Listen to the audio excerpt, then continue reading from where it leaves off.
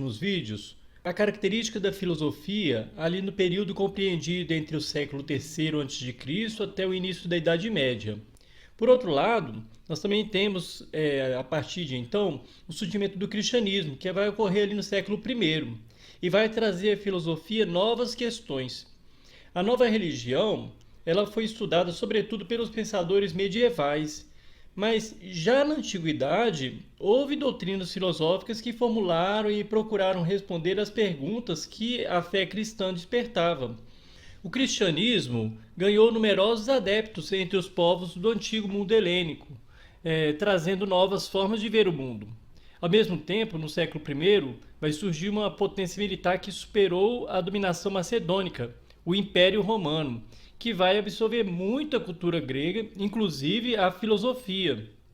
Em Roma, houve seguidores das ideias dos filósofos gregos, especialmente do período helenístico. Entre os séculos I a.C. e III d.C., nós vamos então assistir a um ressurgimento do platonismo, mesclado com ideias aristotélicas, que veio a influenciar a filosofia dos pensadores cristãos durante a Idade Média. O estoicismo, que nos últimos 2 séculos, antes da era cristã, havia abandonado alguns de seus preceitos mais radicais, também foi uma importante influência nesse renascer das ideias platônicas, que vai culminar numa síntese final do pensamento antigo. O neoplatonismo, fundado por Plotino, um filósofo que ensinava em Alexandria. De acordo com Plotino, tudo que existe é proveniente de um só ser, a unidade absoluta. Ele afirmava que todos os seres e objetos são emanações ou degenerações desse ser indivisível, absoluto e imaterial. Seria o ou uno. Todos os seres individuais, dessa forma, são classificados em níveis diferentes, segundo um grau de sua semelhança com esse Assim, o neoplatonismo, então, ele vai construir uma escala de tudo que existe. Inicialmente, do emergiria o espírito, também denominado autoconsciência. E do espírito surgiria a alma, a vida. A alma, então, ocuparia um lugar intermediário entre o nível espiritual e o nível sensível, o mundo material com o qual entramos em contato por meio dos 5 sentidos. Os seres e objetos materiais, finalmente, constituem o nível mais distante e mais degenerado do Então, você tem aí mais ou menos assim um distanciamento. Então, quanto mais distante, mais degenerado.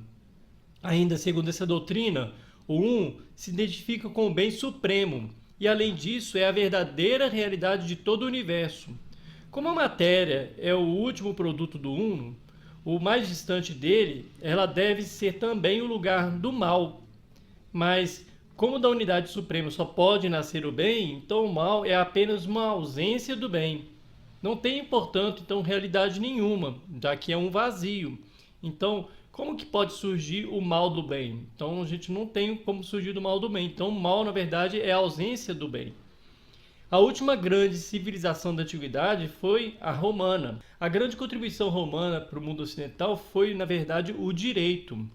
A política foi um outro campo em que os pensadores romanos se destacaram, tendo, por exemplo, Cícero como uma figura central.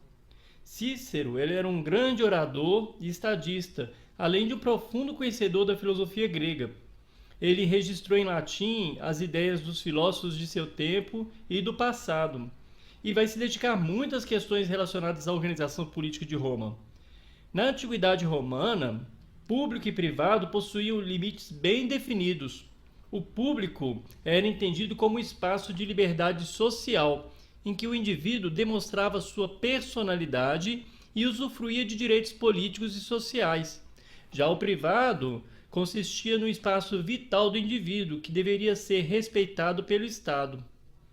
Entre os filósofos do estoicismo, que exerceram grande influência em sua época e sobre a posteridade, encontram-se Posidônio, Sêneca, Epiteto e Marco Aurélio, que se interessaram quase exclusivamente pela conduta do indivíduo.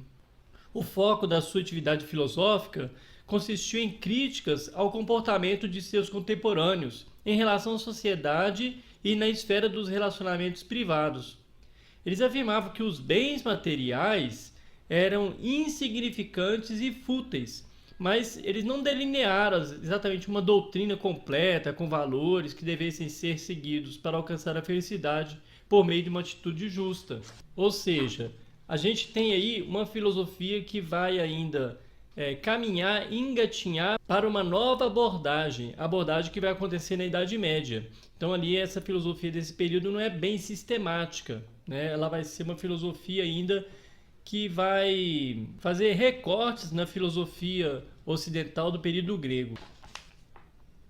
Na próxima aula, a gente vai definitivamente entrar então no período medieval. Este sim, com uma filosofia sistematizada, mas com um objetivo bem específico, a fundamentação da fé cristã.